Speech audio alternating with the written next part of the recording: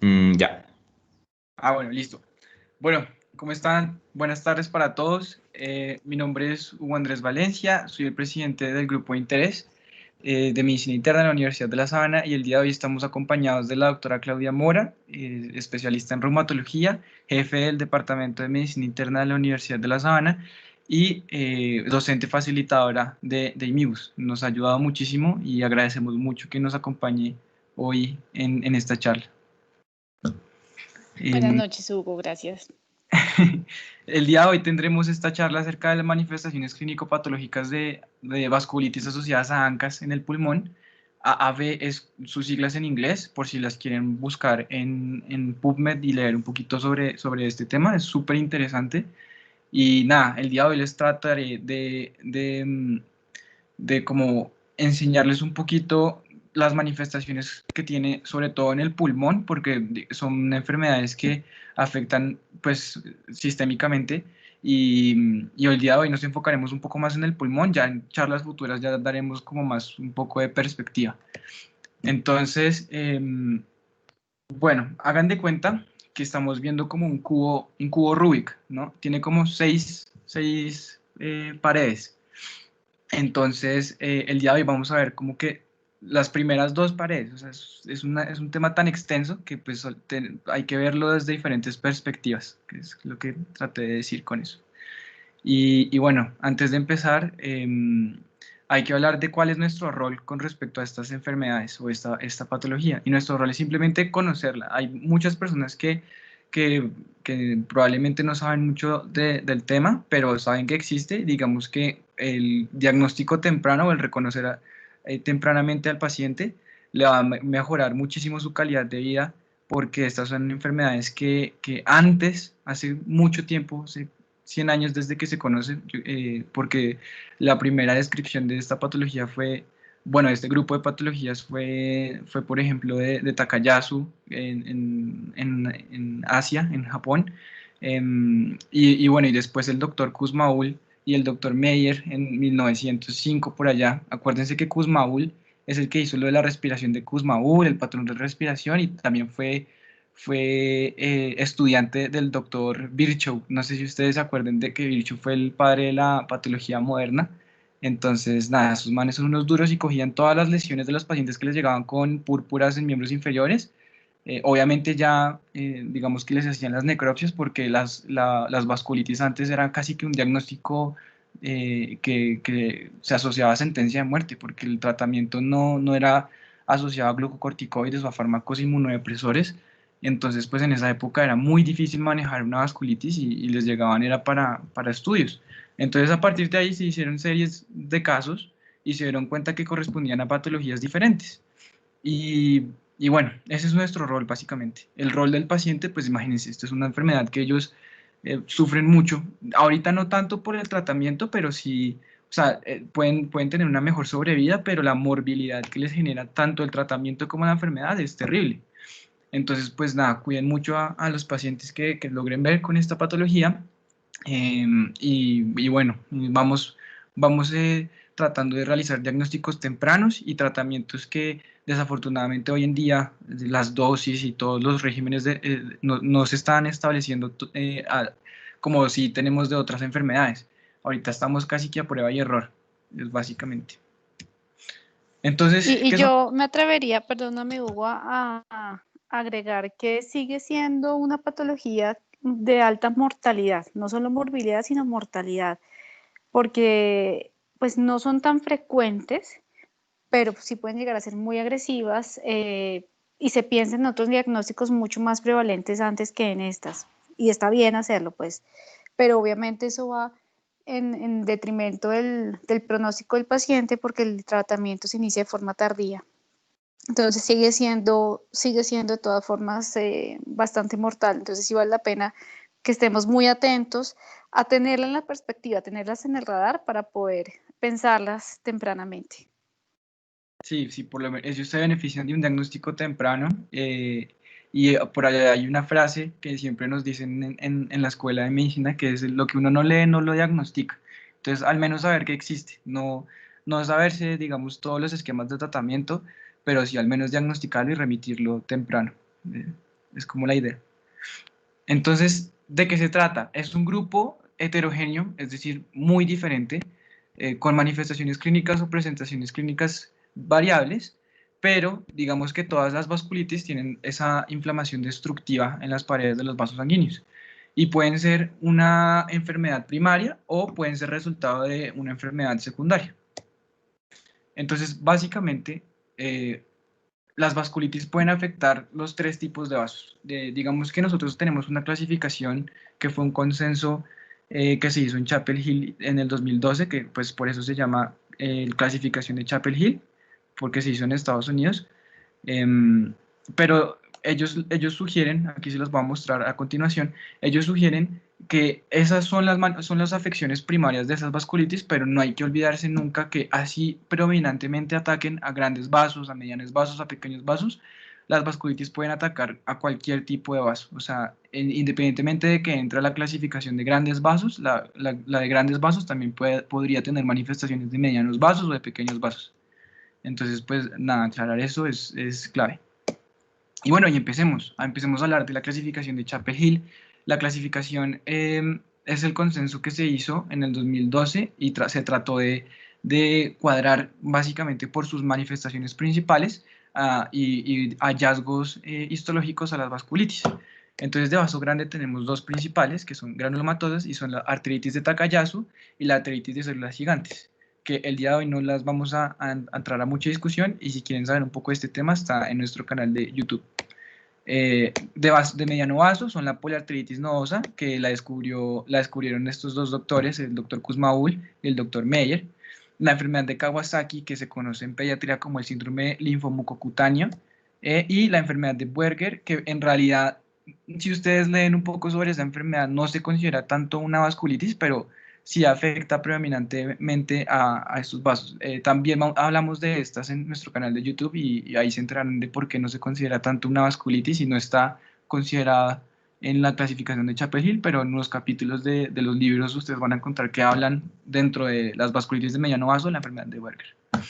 Y las de pequeño vaso, que es lo que nos atañe en la charla de hoy, vamos a hablar específicamente de las asociadas a ANCAS, porque las de inmunocomplejos van a ver que son muchísimas. Y bueno, para no extender la charla, vamos a hablar solamente de la poliangiitis microscópica, de la granulomatosis con poliangiitis, conocida como enfermedad de Wegener, o bueno, me perdonan mi alemán, creo que se dice Wegener, y el síndrome de Churg-Strauss, que es la granulomatosis con poliangiitis eosinofílica. A esas dos son granulomatosas y es lo característico de ellas y funciona mucho para diferenciarlo de la poliangiitis microscópica. Y hablando ya específicamente de la MPA, es un diagnóstico de una enfermedad que se encontró hace relativamente poco. Llevamos como 25 años con el diagnóstico de la MPA, y antes las enfermedades esta enfermedad se clasificaba erróneamente como una panarteritis nodosa, como una granulomatosis con poliangiitis. Entonces, por eso no vamos a encontrar el día de hoy mucha literatura que hable sobre los criterios de clasificación, porque pues todavía estamos en proceso de reconocimiento clínico y paraclínico de la enfermedad para hacer esos criterios de clasificación o criterios diagnósticos. Y bueno, en las vasculitis por inmunocomplejos está la enfermedad antimembrana basal glomerular, que se conoce como el síndrome de Goodpasture, y uno como que intenta decir que hace parte del síndrome pulmón-riñón. Yo antes erróneamente creía que pues uno decía, Goodpasture es síndrome pulmón-riñón, pero no, el síndrome pulmón-riñón tiene muchas patologías que la causan, es literalmente un síndrome con muchas enfermedades que lo causan, y digamos que su definición es una enfermedad que concomitante a una hemorragia alveolar difusa tiene una glomerulonefritis, y vamos a mencionarlo en la charla, pero no la vamos a tratar en esta charla. Crioglobulinemia, urticaria vasculítica hipocomplementémica, que sus anticuerpos son anti el C1Q, la vasculitis por IgA, que tiene básicamente la púrpura de Henoch-Schönlein, la enfermedad de Berger, que es cuando afecta al riñón, y la aortitis por IgA. De vaso variable está la enfermedad de Behçet y el síndrome de Cogan, de un solo órgano, la leucocitoclásica cutánea, arteritis cutánea, vasculitis primaria del sistema nervioso central, la aortitis aislada, y asociada a enfermedades está la vasculitis lúpica, la reumatoidea, la sarcoidea, Y con etiología probable, ya casi que finalizando la clasificación, está la crioglobulinemia asociada a hepatitis C, vasculitis asociada a hepatitis B, aortitis sifilítica, asociada a cáncer, y uno puede tener asociada a medicamentos que generen inmunocomplejos o que generen ANCAs, que también vamos a discutir esto en esta charla. Entonces, bueno, ya terminamos la clasificación de Chapel-Hill, que era lo más pesado. Leerlo en una tabla es un poco complicado, así que espero que ese esquema les funcione un poquito para aclarar las ideas de los esquemas, porque es que verlo en una tabla es difícil.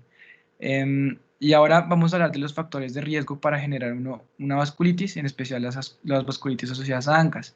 Pero aquí es muy importante aclarar que basándonos en una susceptibilidad genética y una exposición a los factores de riesgo, es que vamos a generar los ANCA, que son los anticuerpos contra el citoplasma del neutrófilo, pero no son contra el citoplasma como tal, sino contra las moléculas de los gránulos de los neutrófilos. Ya más tarde lo vamos a ver, pero era para que lo tuvieran muy en cuenta en este momento. Entonces, la exposición ambiental, la exposición al sílice, a los metales pesados como las pinturas que tengan plomo, mercurio, los fármacos, ya vamos a mirar, pero por ejemplo, los que más se relacionan con la formación de anticuerpos anticitoplasma del neutrófilo son los fármacos antitiroideos, como el propiltiracilo, y las infecciones, que ya vamos a ver que, por ejemplo, el ser portador nasal de Staphylococcus aureus es un factor de riesgo para generar Wegener, pero Wegener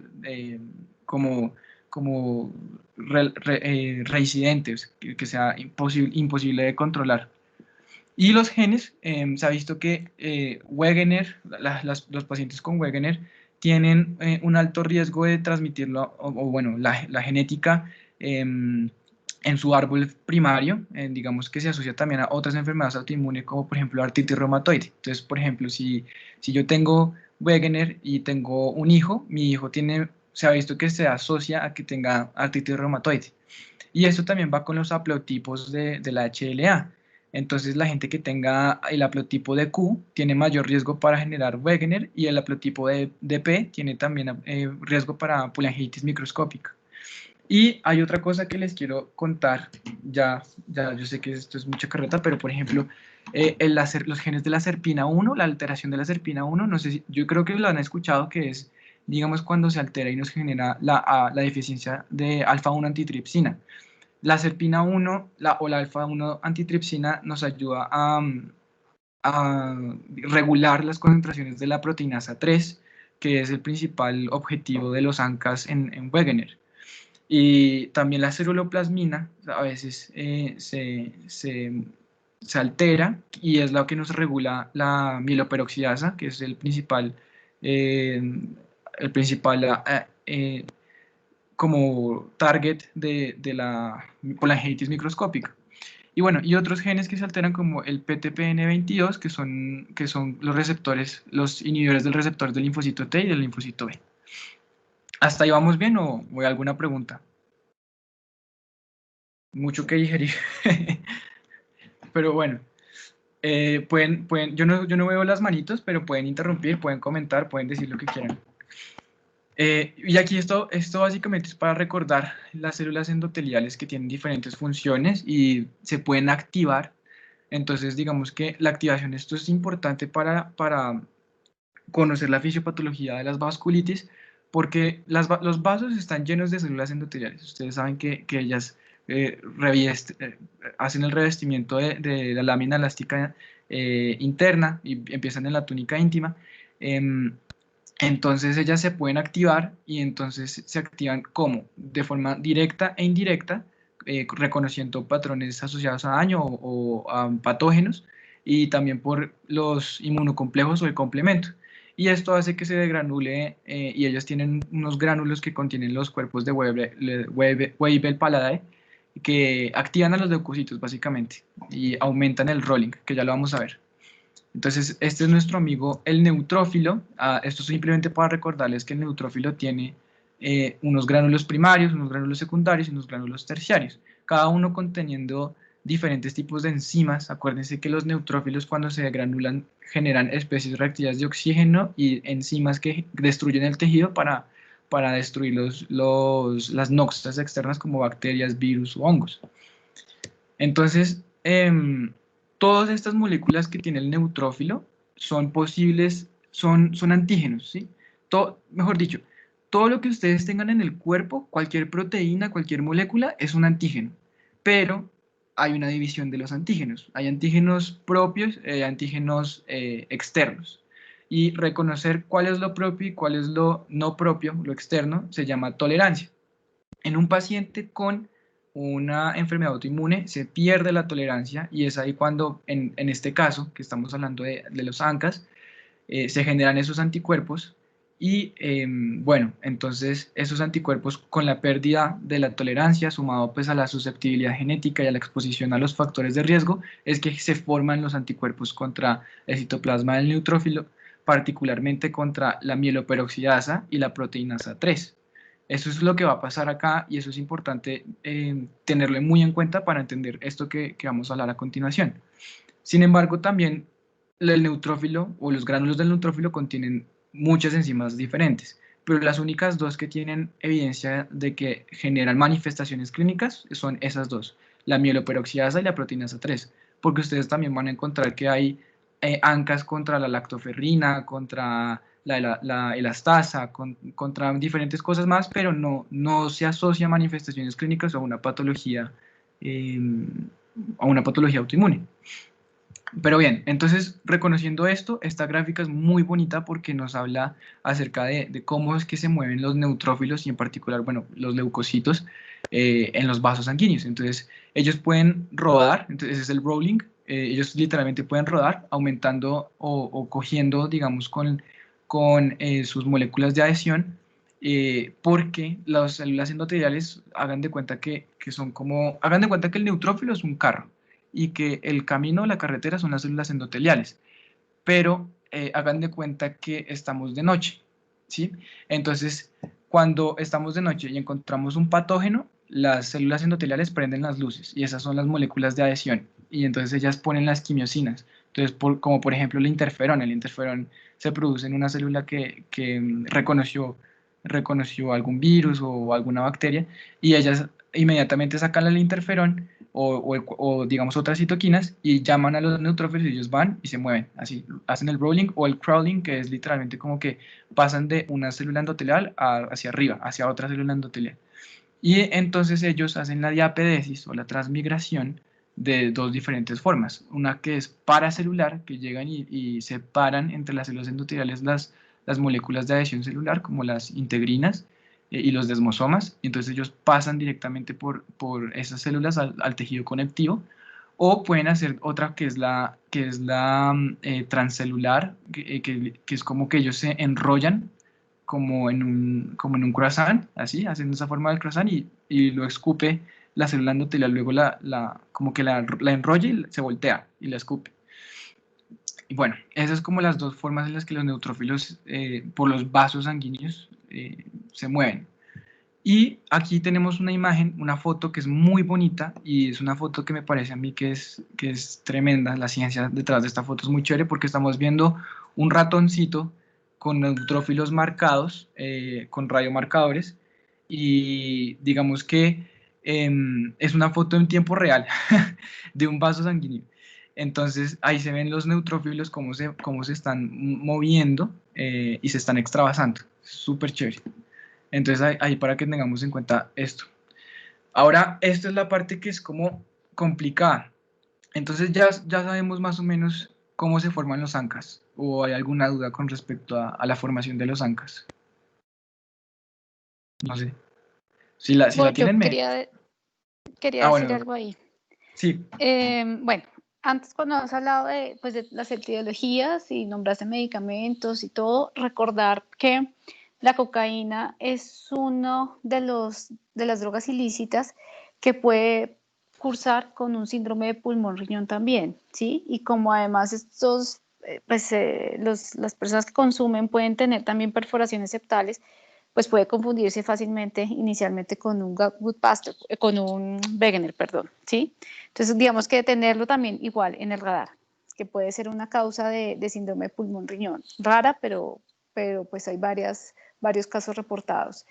Y respecto a eso que decías de los gránulos de los neutrófilos, es súper importante tener eso en cuenta porque cuando uno pide ANCAS, te miden ANCAS por IFI, por inmunofluorescencia. Y ahí Sí. te reportan ANCAS en general, o sea, contra lactoferrina, isoenzimas, o sea, no solamente mieloperoxidasa o proteinasa 3, ¿sí? Entonces, cuando uno pide inicialmente ANCAS y los ANCAS por IFI son positivos, es necesario confirmarlos, o sea, pedir una vez salen positivos por IFI, pedir por ELISA y que te midan específicamente PR3 o anti-MPO, ¿sí? Tener eso en cuenta porque los IFI en general pueden tener falsos positivos porque son inespecíficos. Por ELISA, si están directamente se miden los que están dirigidos contra el antígeno que nos interesa, bien sea MPO o proteinasa 3. Eso era lo que quería decir ahí en esta parte. Muchas gracias, doctora. Sí, ahorita también hablaré sobre eso porque les voy a mostrar una tabla que dice exactamente lo que dice la doctora, que a veces uno puede tener un paciente con MPO, con un ANCAS contra mieloperoxidasa, pero la clínica es de Wegener. Entonces ahí, digamos que la clínica manda y los paraclínicos solamente son de orientación. Entonces, pero ya lo vamos a ver. Entonces, esto simplemente para mostrarles que los neutrófilos, cuando están en presencia de algún agente externo, como una infección, por ejemplo, hay una liberación de citoquinas proinflamatorias, ellos se activan y la activación conlleva a algo muy importante para entender, digamos, la fisiopatología, y es que como ellos tienen sus gránulos con la mieloperoxidasa y con la proteinasa 3 en particular, ellos la exponen en sus membranas. Pero como hay ANCAS circulantes en ese paciente, esos ANCAS pueden pegarse a los, a las enzimas, a la mieloperoxidasa y a la PR3, y ellos forman el complejo antígeno-anticuerpo. Entonces eso hace que se reconozca, digamos, en el neutrófilo, con su CD11B, que es como el receptor, digamos, para esos complejos esos complejos antígeno-anticuerpo, básicamente, y hace que ellos se degranulen y liberen las especies reactivas de oxígeno. ¿Y esto, pues, qué causa? Esto causa la vasculitis, generan el daño en la pared endotelial.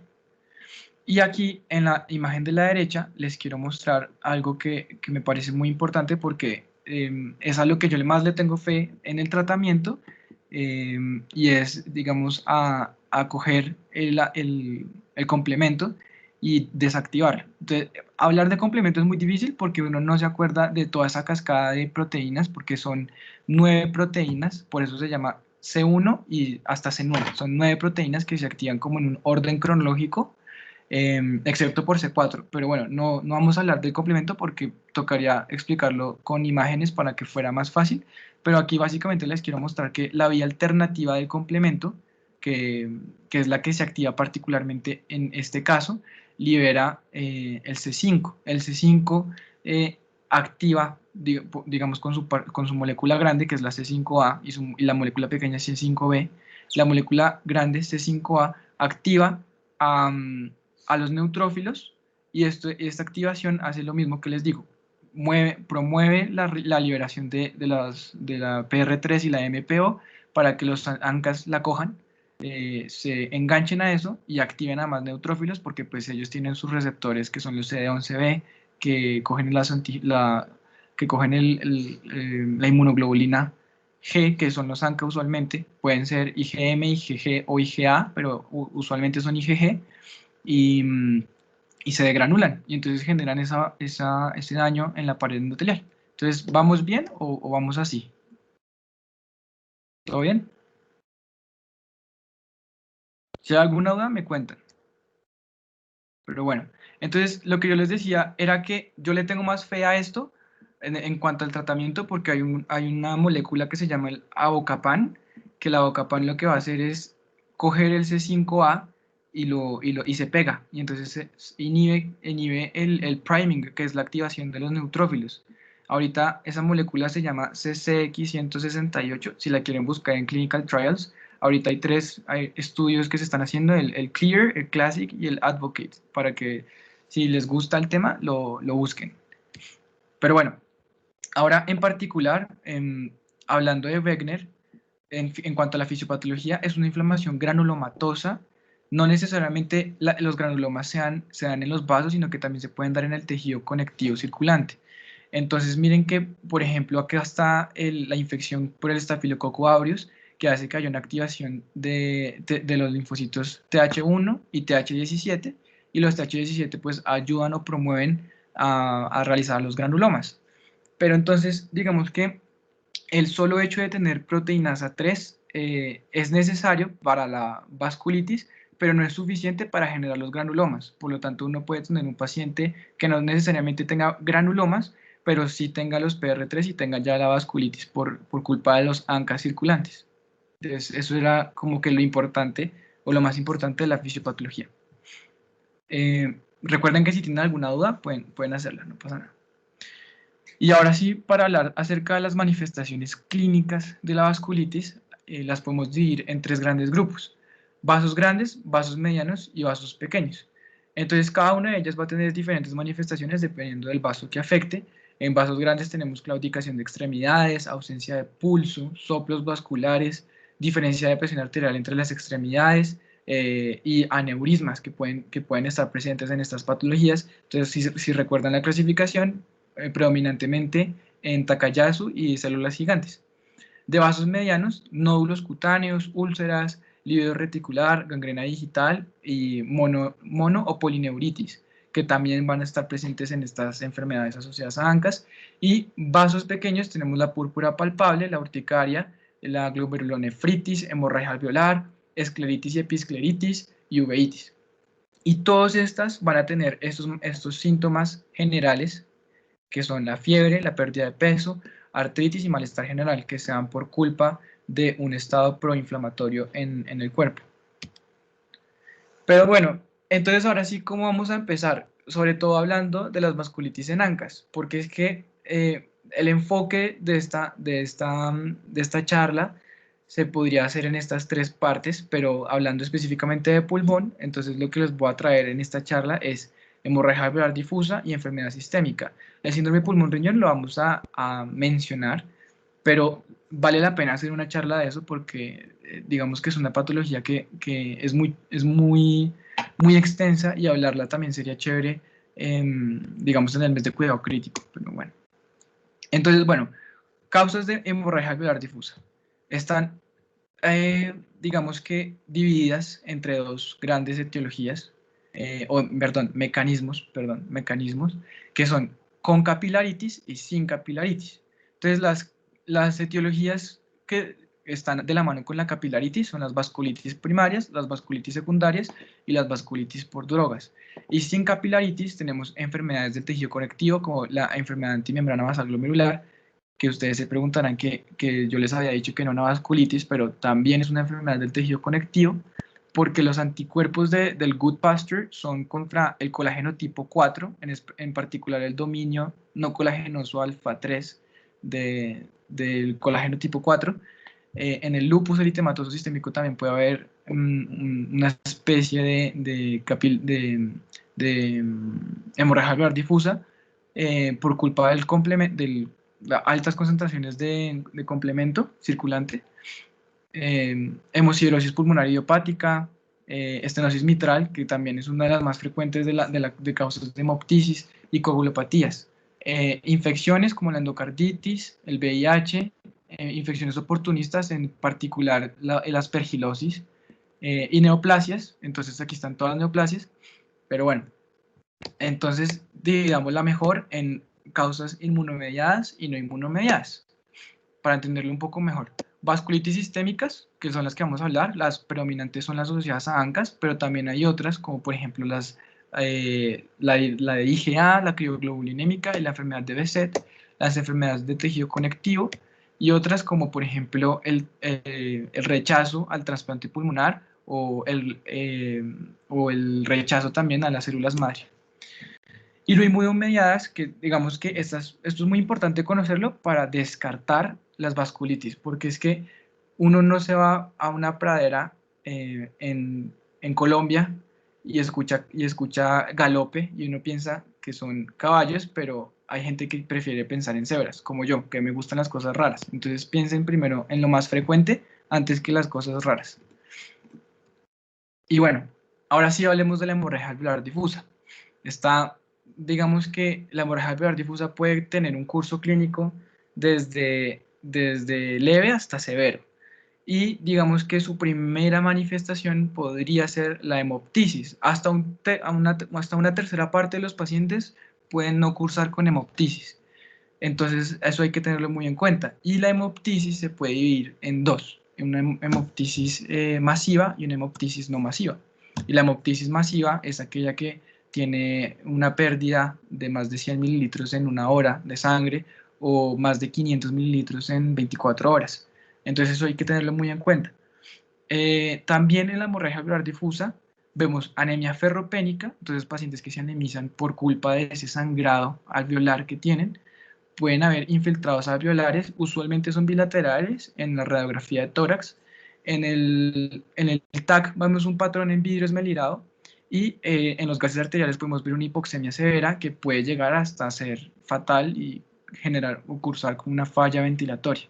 Entonces digamos que eso es lo más importante. ¿Y qué hacemos con una hemorragia alveolar difusa? Bueno, en el contexto de la hemorragia alveolar difusa en particular, hay que evaluarla muy bien. Entonces, ver lo que les digo. Si va a ser por culpa de la capilaritis o por culpa de enfermedades que no estén asociadas a capilaritis. Por eso tenemos que pedir función renal, NT-proBNP, que no sé aquí en Colombia qué tanto se pida para mirar si tenemos falla cardíaca, que también es una causa de las no asociadas a la capilaritis. Primero también, esto es lo más importante, excluir una infección, las infecciones como por ejemplo la tuberculosis o la aspergilosis, y hacer la prueba de drogas. Y para el diagnóstico se recomienda también hacer la broncoscopia con lavado broncoalveolar y hacer los cultivos. Pues ¿por qué? Porque aquí, por ejemplo, en Colombia hay que descartar tuberculosis. Y así confirmamos que sea una hemorragia alveolar difusa, descartamos que sea una infección o una malignidad y hacemos la biopsia. Bueno, la biopsia en particular, sobre todo en esta patología en ANCAS, nos beneficiamos más de una biopsia que sea directa que una biopsia transbronquial, porque la biopsia transbronquial puede salir negativa y puede ser un pedacito muy pequeño para diagnosticarla. Entonces, en particular en esta patología se prefiere que sea directa. Con ayuda de una imagen, una cirugía guiada por imagen. Y bueno, y ahora las características de los síndromes de hemorragia alveolar difusa. Hugo, Sí, del ProBNP que me lo mencionaste, bueno, ante la duda que también manifestaste, acuérdate que se pide sobre todo en el estudio de la disnea, ¿no? De ese paciente con disnea que no está tan claro y se cree que puede ser de origen cardíaco. A ese paciente es que valdría la pena pedirle el ProBNP, de lo contrario, pues no es que se use de rutina en el estudio del paciente con hemorragia alveolar. sí. ¿Mm? Muchas gracias, doctora. Vale. Y aquí hablando digamos, de los síndromes de hemorragia alveolar difusa, también, pues yo les conté que había la capilaritis, perdón, la hemoptisis. La hemoptisis también hay que diferenciarla de hematemesis.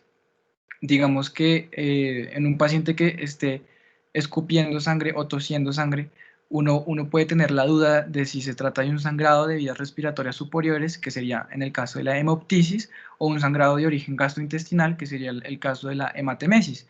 Entonces también clínicamente uno tendría que diferenciar si es hemoptisis como tal o una hematemesis. Y eso ya pues miraremos que el paciente con hematemesis generalmente se asocia a tener melenas, también se asocia a una enfermedad gastrointestinal, entonces pues buscarlos y evaluarlos muy bien. Y bueno, ahora sí, en los síndromes de hemorragia alveolar difusa podemos tener lo que les digo, una enfermedad antimembrana basal glomerular, el lupus, Wegener o la MPA, hemosiderosis, vasculitis por IgA y capilaritis aislada. Y digamos que no quiero entrar mucho a detalle, esto es simplemente como para que para que vean que es muy posible con la clínica y con la ayuda paraclínica evaluarlo. Entonces, las vasculitis que afectan a pulmón predominantemente son estos 4 grupos de vasculitis. De vasos pequeños tenemos 2, los que les dije, asociados a ANCAS y asociados a inmunocomplejos. A la izquierda las ANCAS y a la derecha los inmunocomplejos. En la parte inferior vemos Takayasu, que Takayasu puede tener estenosis de la arteria pulmonar, y la enfermedad de Behçet, que es de vasos variables, puede asociarse con aneurismas de la arteria pulmonar. Pero el día de hoy solamente vamos a hablar de las de ANCA. Entonces esto es lo que la doctora nos estaba contando, que uno a un paciente le hace las pruebas de los ANCAS, y las pruebas de los ANCAS es muy chévere, tiene una ciencia muy chévere, y uno lo hace por un microscopio con inmunofluorescencia, y le salen a nosotros estas imágenes. Entonces, a la imagen de la izquierda vemos C-ANCAS, que son con patrón de distribución citoplasmático, y en la parte B vemos el patrón perinuclear. Entonces, vemos que está sobresaliendo, digamos, la forma del núcleo, porque pues son de forma perinuclear, o sea, alrededor del núcleo. Entonces, si uno ve riñoncitos brillantes, ese es P-ANCA, y si uno ve el citoplasma brillando y los riñoncitos negros, eso es C-ANCA.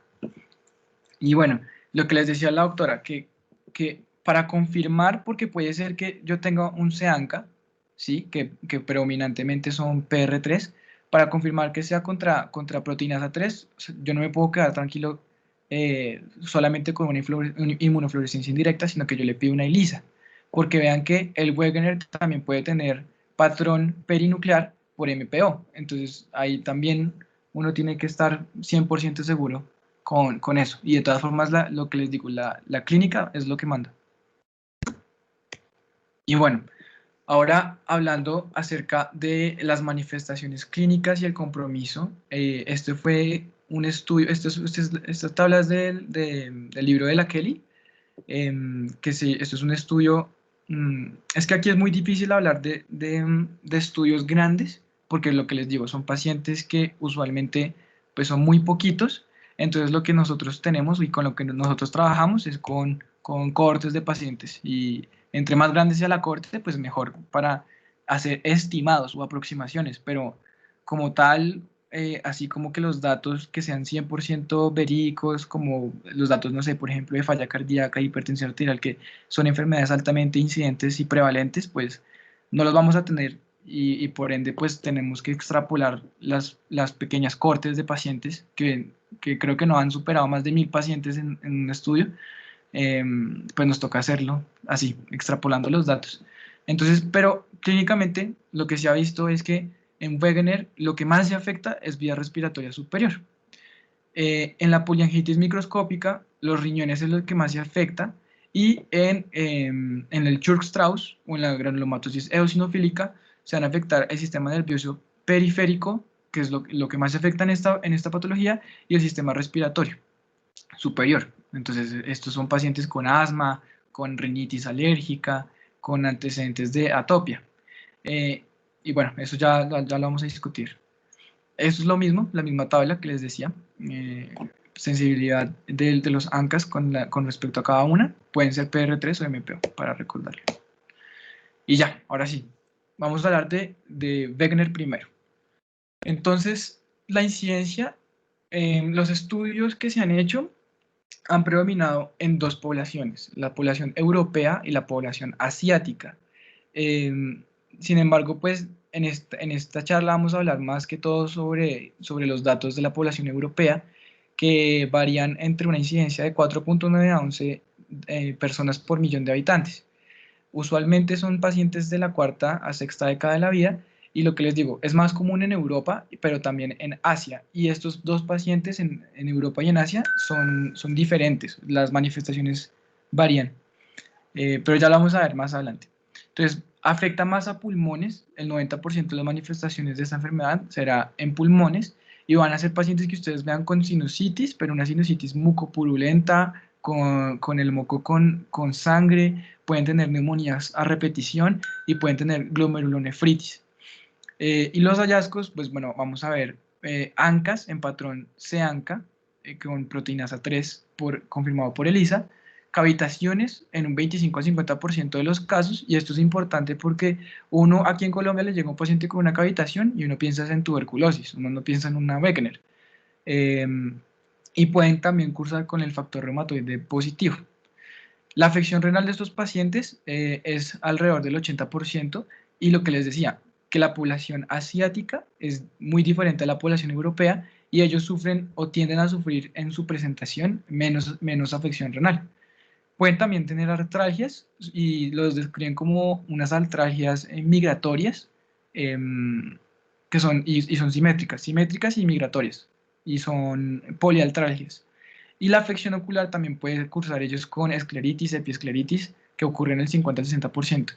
Pueden tener también afecciones en la piel, que pueden ser úlceras cutáneas o livideces reticulares, y mononeuritis o polineuropatía. Entonces son ustedes el paciente que no les dice no siento mi pie o no puedo mover el pie. Y esto no es tan común en esta enfermedad como si lo es en Churg-Strauss, para, digamos, que diferenciarla. Entonces, ¿qué vamos a tener? Este es nuestro paciente. Nuestro paciente, aquí en la imagen de la izquierda vamos a ver algo que es totalmente pues lamentable, y es una estenosis subglótica en estos pacientes con la enfermedad granulomatosa. Recuerden que esto es una enfermedad granulomatosa y también vasculitis, que son, digamos, que dos cosas diferentes, y esos granulomas pueden hacer destrucción de los tejidos. Entonces, los pacientes que tienen la presentación siendo jóvenes van a tener una estenosis subglótica, pero van a tener menos enfermedad renal, digamos que unas por otras. Y estos pacientes también, como lo ven en la imagen, van a tener una deformidad en silla de montar por esa granulomatosis generalizada, y también pues es una necrosis del tejido. Entonces van a ser pacientes con sinusitis, nariz en silla de montar, o también pueden tener otitis. A nivel pulmonar, son pacientes que ustedes van a encontrarlos con cavitaciones, nódulos, granulomas, hemorragia alveolar difusa o hemoptisis. A nivel renal, glomerulonefritis, particularmente pueden hacer el síndrome nefrítico, más que todo, entonces hipertensión arterial y hematuria, y pueden tener úlceras cutáneas, púrpura, edemas o artralgias. Y bueno, clínicamente, epistaxis, tos, disnea, hipertensión arterial. Y esta es una imagen de una resonancia magnética de un paciente con estenosis subglótica. Y nuevamente, perdóname, Hugo, Tranquila. la sospecha clínica, lo que tú dijiste, que uno repite mucho, le repitieron y le repite a los estudiantes siempre, lo que uno no ha leído no lo va a diagnosticar. Recuerdo hace unos 4 años una paciente, uno sale, la llama a la sala de espera y pues le ve la nariz en silla de montar, uno de entrada ya sabe cuál es el diagnóstico. Y cuando empieza uno a hacer la historia, resulta que la señora ya le habían hecho el otorrino, la había operado y le había hecho reconstrucción de tabique, y pues había vuelto a presentar nuevamente las lesiones con destrucción porque tenía unos cuadros de sinusitis crónicos y de otitis a repetición, y no fue sino hasta que hizo falla renal que termina hospitalizada, que le hacen el diagnóstico del Wegener, ¿sí? Después de ya llevar con la enfermedad más de 10 años. Entonces, esto que estás mostrando es súper importante tenerlo siempre presente en la mente como uno de los diagnósticos diferenciales. No, terrible, doctora. Tenaz. Y ya Sí, vamos a así ver fue. Y en cuando cuanto al llegó, tratamiento. obviamente ya tenía falla renal, ya tenía un daño establecido, ¿no? Entonces, bueno, una señora muy joven. Mm. Por ejemplo, vean esto que les estábamos hablando de la morbilidad. Imagínense un paciente joven, o sea, yo, por ejemplo, de 22 años, que tenga estenosis subglótica, y la única solución ahí sea hacerme una traqueostomía. Entonces yo pasármela con una traqueostomía, con las implicaciones que eso tiene, ¿no? Es una cirugía difícil, y yo voy a tener que yo tengo alto riesgo de hacer una traqueitis, o bronquitis a repetición, entonces pues es terrible. Entonces, esos pacientes, bueno, ya lo vamos a ver, pero usualmente la mitad de los pacientes con estas enfermedades no se mueren, digamos, de la actividad hoy en día, sino de infecciones que están relacionadas a la inmunodepresión del tratamiento. Entonces, pues bueno, terrible.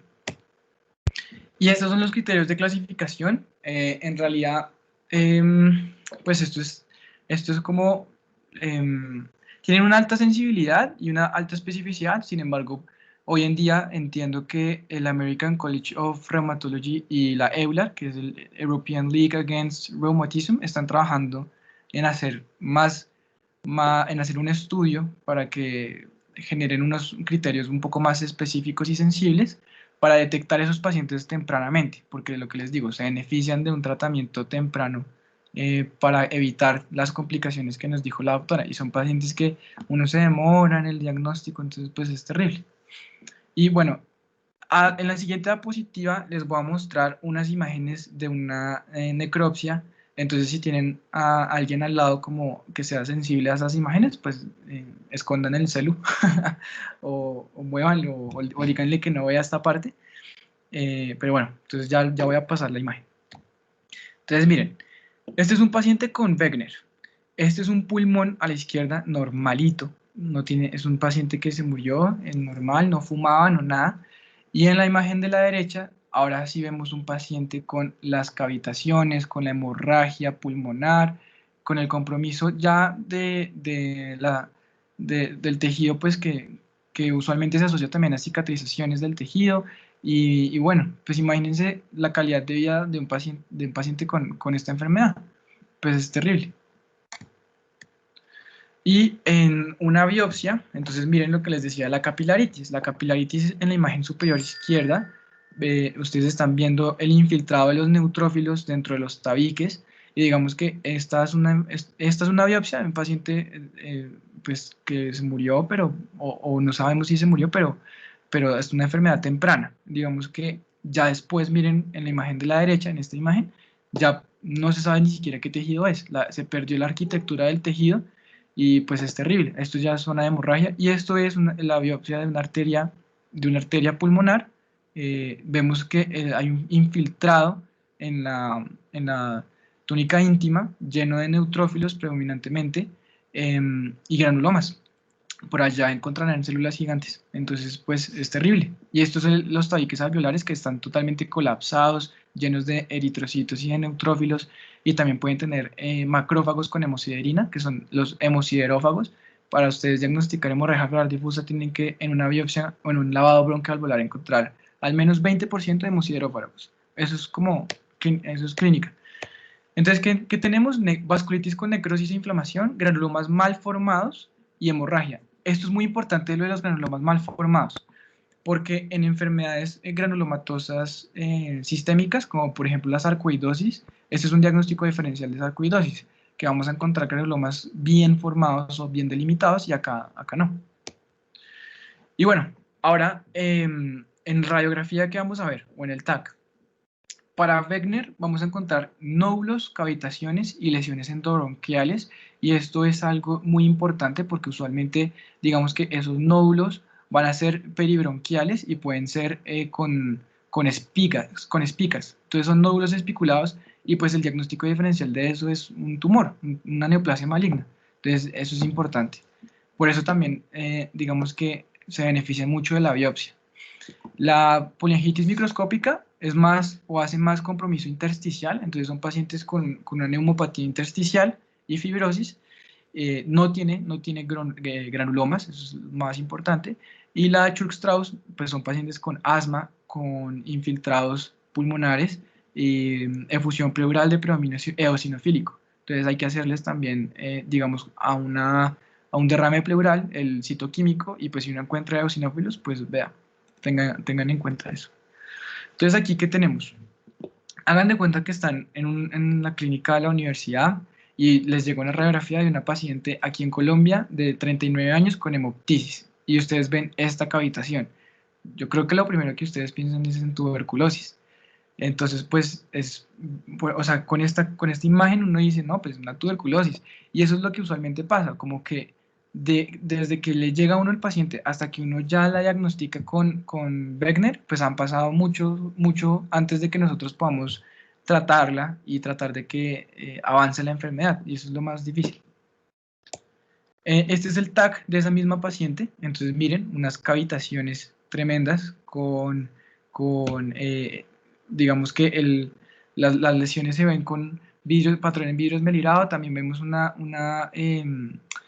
un engrosamiento de los septos interlobulares, eso se llama crazy paving, y aquí a la derecha también vemos lo mismo. Entonces son lesiones peribronquiales, aquí también, y esa es la cavitación. Entonces podemos tener lesiones peribronquiales y cavitaciones. Y bueno, aquí tenemos la misma paciente antes y después del tratamiento. Entonces vean que arriba A y B son antes del tratamiento, C y D son después del tratamiento. Entonces arriba en la A vemos la cavitación tremenda en el lóbulo, en el pulmón derecho, en el lóbulo superior, y acá también en el pulmón izquierdo, en el lóbulo medio, vemos perdón, en el lóbulo inferior, vemos acá, perdón, superior, perdón, superior, vemos esa cavitación también. Y después del tratamiento, aquí vemos el pulmón otra vez, esa cavitación, ya se nota un poco el cambio, pero pues obviamente ya quedó sin esa parte del pulmón. Y acá también.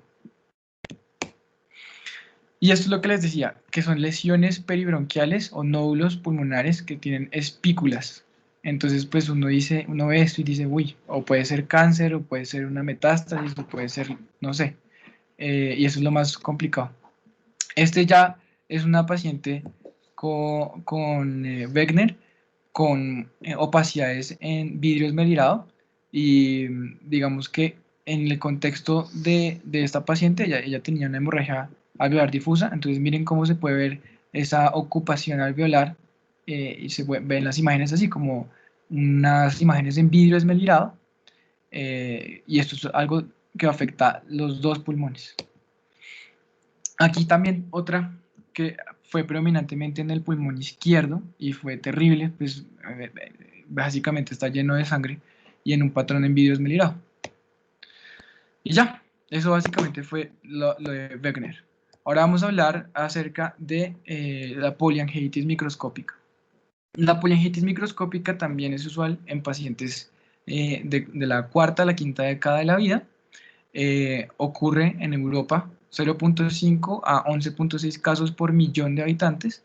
En Japón 14.6 por millón de habitantes, y en Kuwait es como en donde más pacientes se ha visto una alta incidencia, que son de 23. Y la prevalencia puede llegar de 0 a 66 casos por millón. En Asia, en la población asiática, esta enfermedad es mucho más frecuente que Wegener. Es hasta 3 veces más frecuente. La afección renal, casi que siempre se va a tener afección renal, y digamos que hay una pregunta que uno se puede plantear, y es que si tener anticuerpos contra la mieloperoxidasa es de peor pronóstico. Y bueno, digamos que en realidad esto no es del todo cierto. Esto ocurre porque como esta no es una enfermedad granulomatosa, las manifestaciones clínicas son más silentes, por así decirlo, y por ende el retardo en el tiempo del diagnóstico es aún peor. Entonces usualmente estos pacientes cuando los diagnostica, pues ya tienen ese riñón súper comprometido, pero no fue porque los anticuerpos contra MPO sean más dañinos, sino porque es que son manifestaciones silentes. La afección renal puede ser desde asintomática, lo que les decía, hasta puede ser fulminante, y puede ser al momento del diagnóstico que uno ya vea a ese paciente con el riñón con urgencia dialítica. Entonces, eso es lo que les quería contar. Pueden tener síntomas constitucionales en un más de 70%. Eso puede ser, por ejemplo, las mialgias, artralgias, pérdida de peso, fiebre. En el pulmón se afecta al 25 al 55%, hacen más enfermedad intersticial, entonces son pacientes con una enfermedad intersticial predominante, y un tercio de estos pacientes hacen hemorragia alveolar difusa. Manifestaciones cutáneas, 30 al 60%, manifestaciones articulares y compromiso muscular en un 54%, y esto sí es importante, y es el compromiso del sistema nervioso periférico, entonces con mononeuropatías o polineuropatías hasta un 60% de los pacientes.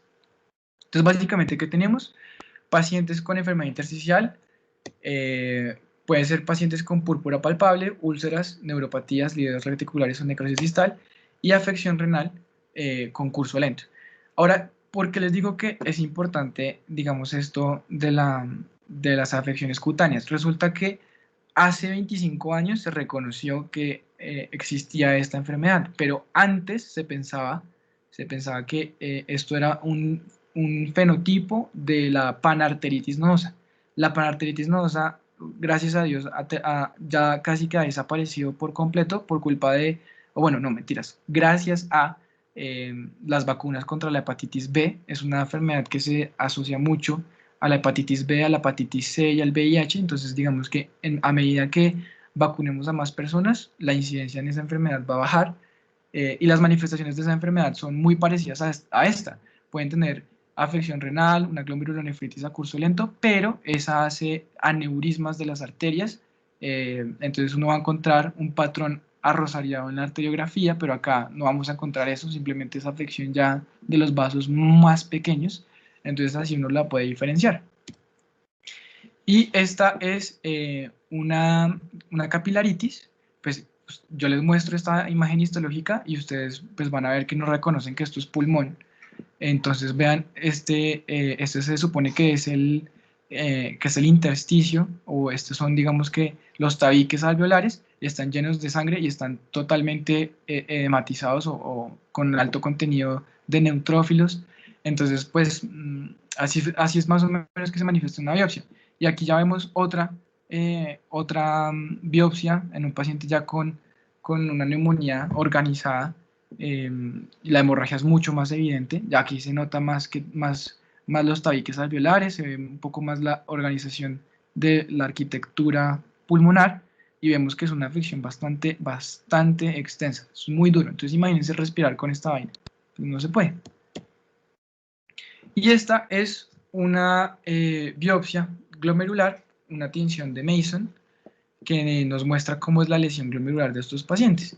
Usualmente, pues vean que en la imagen de la izquierda, la tinción de Mason pinta muy bien el citoplasma de las células. Entonces aquí vemos una necrosis, una necrosis del glomérulo, y aquí vemos una proliferación de las células parietales. Acuérdense que el glomérulo tiene unas células pues exteriores o parietales y unas células unos podocitos que revisten o recubren los capilares fenestrados. Entonces, las células parietales que están al exterior fueron las que se proliferaron y hacen esa forma como de enfermedad de media luna. Cuando repasemos en un futuro glomerulonefritis, pues bueno, esta es una causa de glomerulonefritis en medias lunas, que puede ser rápidamente progresiva. Y aquí vemos un TAC. Este TAC pues tiene un patrón en vidrio esmerilado y también puede tener crazy paving. Crazy paving es un engrosamiento de los septos interlobulares. Aquí vemos que también tiene una hemorragia o un hematoma subcapsular en el hígado y en los riñones. Y aquí vemos una biopsia que no es granulomatosa, esto es una biopsia renal, y también nos muestra un infarto renal, una isquemia renal. Un truco para los que están en patología es que la biopsia que menos se pinte de eosina, es decir, las células que menos eosina o menos rojo estén, es que están infartadas, contrastándolo con las biopsias o con la parte que sí está más roja. Esa es la parte infartada. Bueno, sigamos. ¿Hasta ahí vamos bien o alguna duda?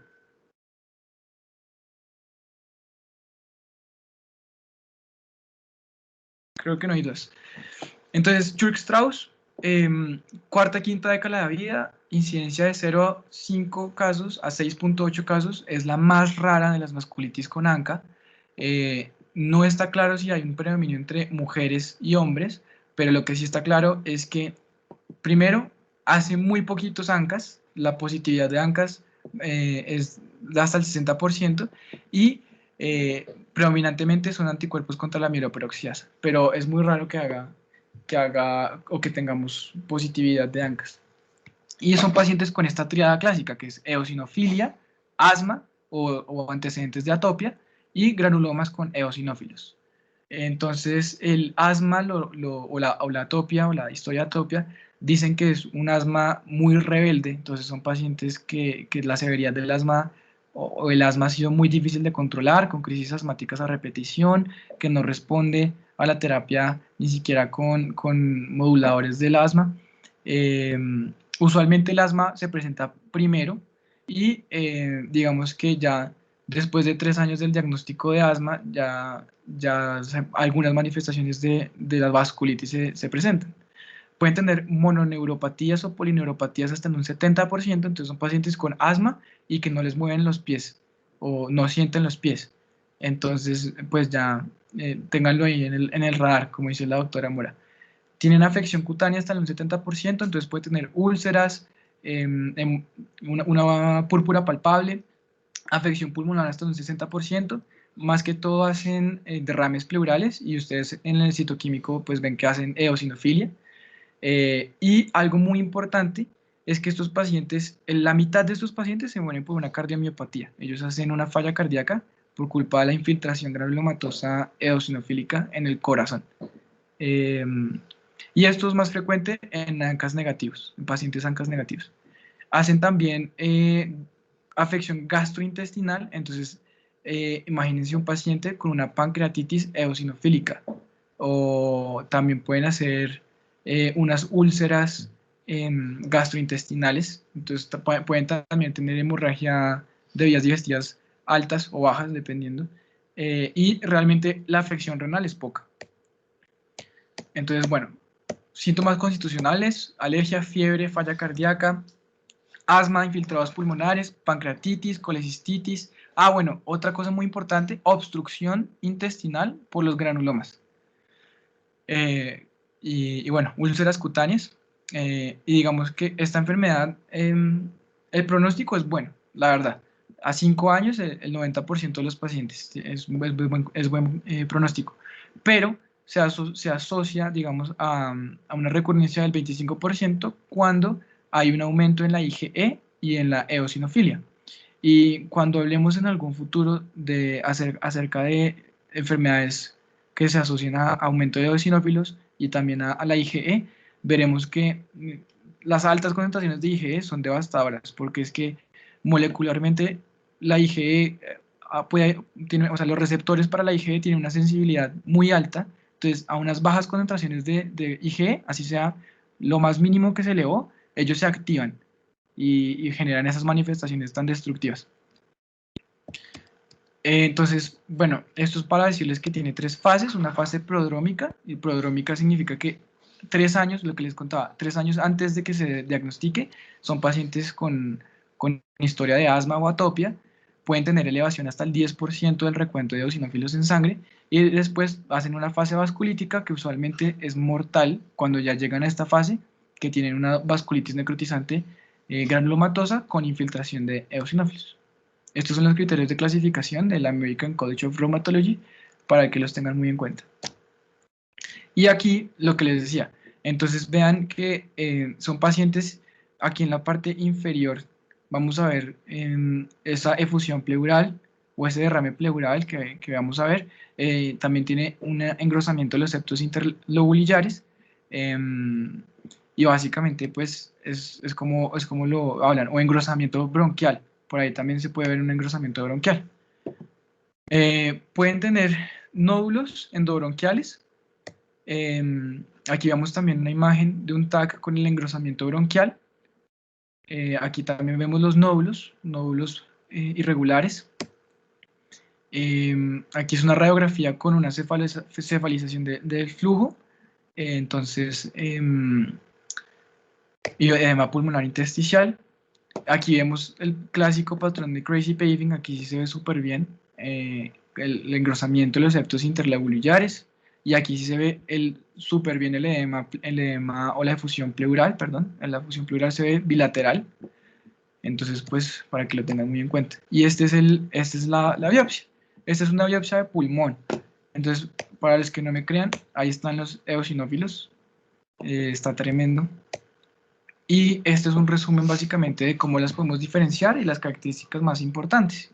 Entonces, voy a tener más PR3, más proteinasa 3, polyangiitis microscópica, más MPO, y Churg-Strauss casi no hace ANCAS, pero cuando hace también son MPO. La única diferencia entre los granulomas, la polyangiitis microscópica no hace granulomas, compromiso nasal septal con perforación, con nariz sencilla de montar, eso es más de Wegener. acerca del pulmón, el compromiso pulmonar, pues ellos hacen, Wegener hace cavitaciones, hemorragia alveolar, nódulos, la polengitis microscópica hace más hemorragia alveolar y el Chuk-Strauss hace más asma. Y ya, eso es básicamente el resumen. Ahora, para el tratamiento, ya finalizando, algo muy importante es que el tratamiento busca inducir la remisión y prevenir las recaídas. Eso es como lo más importante. Pero tenemos dos problemas muy grandes. Y es que hay muy poquitos estudios porque hay muy poquitos pacientes y todavía por culpa de que hay pocos pacientes, no hay un régimen establecido en cuanto a las dosis. Y eso es como que lo fundamental porque los pacientes sufren mucho por esto, por culpa de que las dosis no están todavía establecidas y no se sabe si les va mejor con más dosis o con menos dosis. Y pues acuérdense que estamos hablando de tratamientos inmunodepresores. Y ahorita vamos a hablar de las RAMs de los inmunodepresores, que bueno. Entonces el tratamiento tiene que ser dirigido, digamos, a la severidad de la enfermedad. Este es el EUVAS, que es el European Vasculitis Study Group, que hizo como el índice de severidad en cuanto a la enfermedad, que trata más que todo de los síntomas constitucionales y el compromiso renal, dependiendo de la creatinina sérica, y ya. Y aquí vemos los esquemas. Entonces, si los esquemas sí es con buen pronóstico o con mal pronóstico, entonces, ¿qué le damos? Le damos esteroides, o sea, glucocorticoides, le podemos dar ciclofosfamida, le podemos dar metotrexate, le podemos dar ciclofosfamida o rituximab, y vamos a ver. Entonces, lo importante es que induzcamos la remisión y mantengamos la remisión de la enfermedad. Y bueno, adicionalmente a la ciclofosfamida o al rituximab, adicional a la satioprina o al metotrexate, adicional a todo eso que le metamos a un paciente con enfermedad severa, los pacientes últimamente hay estudios que dicen que se benefician de plasmaféresis e inmunoglobulina. Entonces les traigo dos estudios en cuanto a la plasmaféresis. Este es un estudio que se llama el estudio MEPEX, que comparó la plasmaféresis contra altas dosis de metilprednisolona intravenosa. Se hizo desde marzo de 1995 hasta octubre del 2002. Esto solamente para completar a 137 pacientes. O sea, imagínense, se demoraron un montón para conseguir casi 200 pacientes y ni siquiera, fueron 137 en total. ¿Y de qué trató el estudio? Pues trató de realizar a un grupo 7 intercambios de plasma en 14 días y en otro grupo darles 3 gramos de metilprednisolona intravenoso, o sea, pulsos de metilprednisolona. Esta es la dosis total, ¿no? Entonces ellos repartían las dosis para que hicieran un total de 3 gramos. Y obviamente, además de eso, les dieron ciclofosfamida y prednisolona. Y la conclusión de este estudio es que hubo una reducción del 24% en el riesgo de la progresión de enfermedad renal terminal al año. El problema fue que esa reducción de la progresión no se mantuvo y ellos ya después hicieron recaídas y bueno. Pero bueno, o sea, les fue mejor en este estudio. Pero les traigo este otro, que es un estudio que se publicó este año en el New England Journal of Medicine, que se llama el estudio PECSIVAS, que es el estudio más grande que se ha hecho en estos pacientes. Reclutó 704 pacientes. Perdón, es que mi perro está inquieto. Reclutó 704 pacientes. Se hizo desde junio del 2010 hasta septiembre del 2016. Y evalúa básicamente dos cosas, o dividió a los pacientes en 4 grupos. Un grupo con intercambio con plasmaféresis, con glucocorticoides a dosis estándar, y el mismo grupo con la plasmaféresis, pero con las dosis de glucocorticoides reducidas. Y en otro grupo se hicieron un grupo sin plasmaféresis con las dosis estándares y un grupo sin plasmaféresis con las dosis reducidas. Entonces, fue un estudio bastante grande, 16 países, 95 hospitales, y la conclusión es esta. En la esquina inferior izquierda van a ver la curva Kaplan-Meier con respecto a los dos grupos de intercambio de plasma. y lo que se dieron cuenta es que no hubo diferencias significativas en los desenlaces, siendo los desenlaces evaluados muerte o enfermedad renal crónica. Entonces, básicamente dijeron que eso igual no hubo una diferencia significativa, no tuvo mucha, no hizo mucha, no tuvo mucho impacto, mejor dicho, en los desenlaces del paciente. Y en la parte esquina inferior derecha van a encontrar el régimen de las dosis de glucocorticoides. Entonces eso sí me parece súper importante porque ustedes saben que tener un paciente con glucocorticoides implica bastantes efectos adversos, ¿no? Uno de ellos, digamos, por ejemplo, las infecciones o por ejemplo ¿cómo es que se llama? La densidad ósea disminuida. ¿Alguien me acuerda? Osteoporosis. La osteoporosis. La osteoporosis inducida por corticoides. Exacto. Entonces, pues eso es buenísimo porque estamos disminuyendo las dosis de esos pacientes que antes, pues, digamos que tenían muchas fracturas, diabetes también pueden tener. Entonces, bueno. Y este es Y otra complicación frecuente, la necrosis avascular ósea. La vemos mucho en los pacientes con vasculitis y con dermatomiositis, por ejemplo, o miositis. Sí, las miopatías inflamatorias, porque son las enfermedades en donde clásicamente usamos dosis muy altas de esteroides y por bastante tiempo. Sí, Entonces esa es otra cosa importante tenerla en cuenta, porque esos pacientes jóvenes terminan pues con necrosis avascular de una o de las dos caderas, ¿no? Que pues también obviamente es una morbilidad bastante importante. Sí, entonces, y por eso les decía como que ellos sufren mucho porque todavía ni siquiera hay un consenso en cuanto a las dosis. No hay unos estudios o sea, estamos básicamente que a prueba y error, mejor dicho. Y en cuanto a la inmunoglobulina también se ha tratado de meter en estos pacientes con enfermedad severa. Entonces usualmente la dan en pacientes con una enfermedad refractaria o en aquellos que estén contraindicados para inmunosuprimir. Entonces recuerden que hay pacientes a quienes uno ve imposible inmunosuprimir porque ellos, ya sea porque por ejemplo tienen, no sé, un conteo de linfocitos muy bajo, entonces han hecho neumonías recurrentes. Otros pacientes que están contraindicados, por ejemplo, con ciclofosfamida, la ciclofosfamida puede aumentar la incidencia de tumores sólidos como de vejiga y de tumores pulmonares. Entonces, bueno, en esos pacientes pues, uno tiene que tener mucho cuidado. Y entonces hay unos estudios que dicen, bueno, pues intentemos darles inmunoglobulina a esos pacientes, que no vemos un beneficio en inmunosuprimirlos mucho. Entonces les traigo 3 estudios de cohortes de pacientes, por lo que les digo que no son estudios muy grandes, sino que son cohortes de pacientes chiquiticos. Van a ver que hay este estudio de la izquierda fue un estudio controlado que se hicieron dosis totales de 2 gramos kilogramo en pacientes con ANCAS que se trataron con prednisolona y con ciclofosfamida o ASA, pero siguieron con la actividad de la enfermedad. Y se vio que mejoraron de los 17 pacientes, fue un estudio muy chiquito, mejoraron 14 pacientes, pero el efecto no se mantuvo más de 3 meses. En el siguiente estudio de la derecha vemos que fue un estudio no controlado de 15 pacientes con dosis única o múltiple de inmunoglobulina, 30 gramos al día por 5 días, pero ninguno tuvo una remisión completa con ciclos repetidos. Y en el siguiente estudio fue un estudio abierto con inmunoglobulina intravenosa a dosis de 0.5 gramos kilo día por 4 días durante 6 meses. O sea, 4 días por mes durante 6 meses.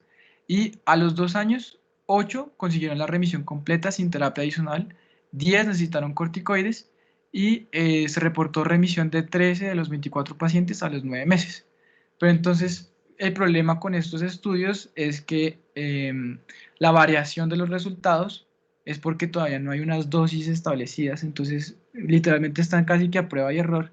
Y lo que han visto en estos estudios es que la terapia es más eficaz cuanto más tiempo dure y cuanto más dosis tenga, pero pues digamos que es peligroso porque aumentar las dosis aumenta también las RAMs, entonces hay que tener cuidado.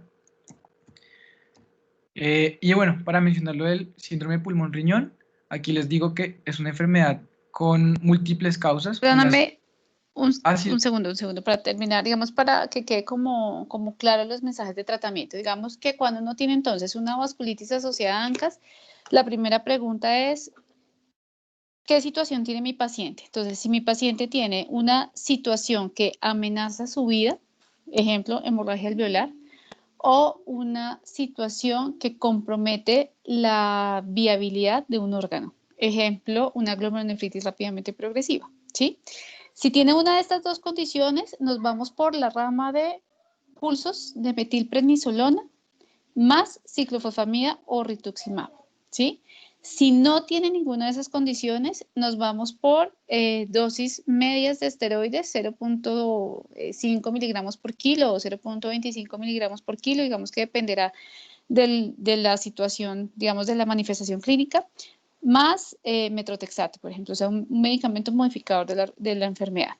Para el tema que nos atañe hoy, que es lo que has hablado, que es la hemorragia alveolar, entonces nos vamos por la que dije inicialmente, ¿no? Entonces, pulsos de metilprednisolona y ciclofosfamida o rituximab. Digamos que esa es la primera línea de tratamiento.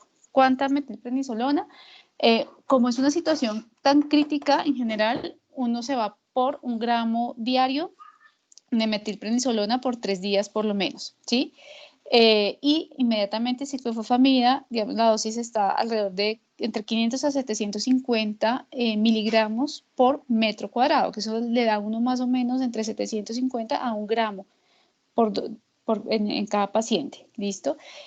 Esa digamos que es la primera línea de tratamiento. La otra puede ser entonces rituximab. El rituximab pues se demora más en actuar, entonces si uno tiene un paciente críticamente enfermo, pues seguramente preferirá la ciclofosfamida, que es una DIR, es más o menos a los 7 días, mientras que el rituximab alcanza su efecto pleno a las 12 semanas, entonces es un poco más demorado, ¿sí?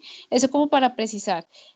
Seguimos con dosis muy altas de metilprednisolona, esto digamos... como decías tú, no hay muchos estudios como uno quisiera, entonces de la experiencia del lupus, de la nefritis lúpica, es que se extrapola que posiblemente con dosis un poco menores, es decir, 500 miligramos o 150 miligramos de los pulsos podría ser suficiente por la saturación de los receptores celulares que ustedes saben que son los receptores de los esteroides. Sin embargo, pues esta es una situación que realmente amenaza la vida y digamos que más por temor y por la falta, digamos, de evidencia sólida en esos aspectos, se sigue usando esa, 1 gramo día por 3 días, ¿sí? Ya después uno lo que hace es que pues seguirá cada mes con la ciclofosfamida durante 3 o 6 meses, dependerá, digamos, ya de la evolución del paciente. Eso como para cerrar esa parte de tratamiento. ¿Cuándo se recurre a la plasmaféresis? Cuando tenemos un paciente críticamente enfermo, sobre todo si tiene compromiso de pulmón y de riñón al tiempo, porque pues nos interesa generar un barrido de los anticuerpos que están produciendo toda la lesión tisular y pues mantener vivo al paciente. Y gamma globulina seguramente se reserva ya para el paciente que no ha respondido a las terapias anteriores, es decir, medidas desesperadas prácticamente, o en el paciente que está infectado y pues si está infectado claramente no podemos usar la ciclofosfamida. Recordar que siempre que ustedes usen esteroides a dosis altas deben desparasitar al paciente para evitar el riesgo de enfermedad por aspergillus invasiva y también usar calcio con vitamina D para evitar la osteoporosis inducida por corticoides y las fracturas patológicas pues derivadas de esto. Eso como para cerrar la parte de tratamiento, como para que quedara clara como las indicaciones, ¿sí? Era como lo que quería decir. Doc, y también siempre con ciclofosfamida y con rituximab se hace profilaxis para neumocistis, o digamos que... Sí, en estos pacientes sí, siempre, para los dos. Ok, Sí, con trimestopina. listo, Doc. Uh-huh. Y bueno, ya para terminar, el síndrome pulmón-riñón, que les dije que solamente lo íbamos a mencionar, tiene diferentes causas, unas inmunológicas inducidas por medicamentos, otras causas infecciosas, otras por edema pulmonar e insuficiencia renal, que aumenta la carga o la volemia, falla multiorgánica y intoxicaciones, como ejemplo por paraquat o trombosis de la vena cava y embolia pulmonar. Y bueno, eso es básicamente lo que les traía en esta charla. Espero que les haya gustado. Doctora, muchísimas gracias por acompañarme. Y si tienen alguna duda, por favor háganla. No olviden seguirnos en nuestras redes sociales. Hugo, muchas gracias. Realmente es un tema muy bonito. Como muchos de reumatología son temas un poquito densos, pero de verdad que la invitación es a que tengan en el panorama estas enfermedades, porque son pacientes que tienen una alta mortalidad y una alta morbilidad también por el daño orgánico secundario, ¿sí? Entonces, tenerlas en cuenta. Ya incluso tenemos también clinimetría para estos pacientes. Se usa el VIVAS, por ejemplo, que es el score de Birmingham. Y la idea es eso, tenerlo en la cabeza. Si ustedes la tienen en la cabeza como entre los diagnósticos diferenciales, pues por lo menos la piensan cuando se enfrenten a pacientes que tienen hemorragias alveolares, ¿sí? O bueno, cuadros sistémicos, pérdida de peso, que acuerden que todas estas se parecen mucho entre sí, lo que es sífilis, endocarditis infecciosa, lupus, antifosfolípido y vasculitis, ¿no? Entonces, tener esa siempre en el radar de los diagnósticos diferenciales. Muchas gracias, Hugo. Felicitaciones, muy buena revisión. Muchas gracias, doctora, por acompañarme siempre y por apoyar a amigos. Muchas gracias. No, con mucho gusto. ¿Alguien tiene alguna duda? Vivas dijo que me quería corchar hoy. No, no, no, muy buena charla, Hugo. Muy buena charla. Bueno, bueno. Entonces, no siendo más, damos por finalizada la presente. Hugo, muchas gracias, gracias a todos y que estén muy bien. Que descansen. Gracias, doctora. Un abrazo para todos. Chao.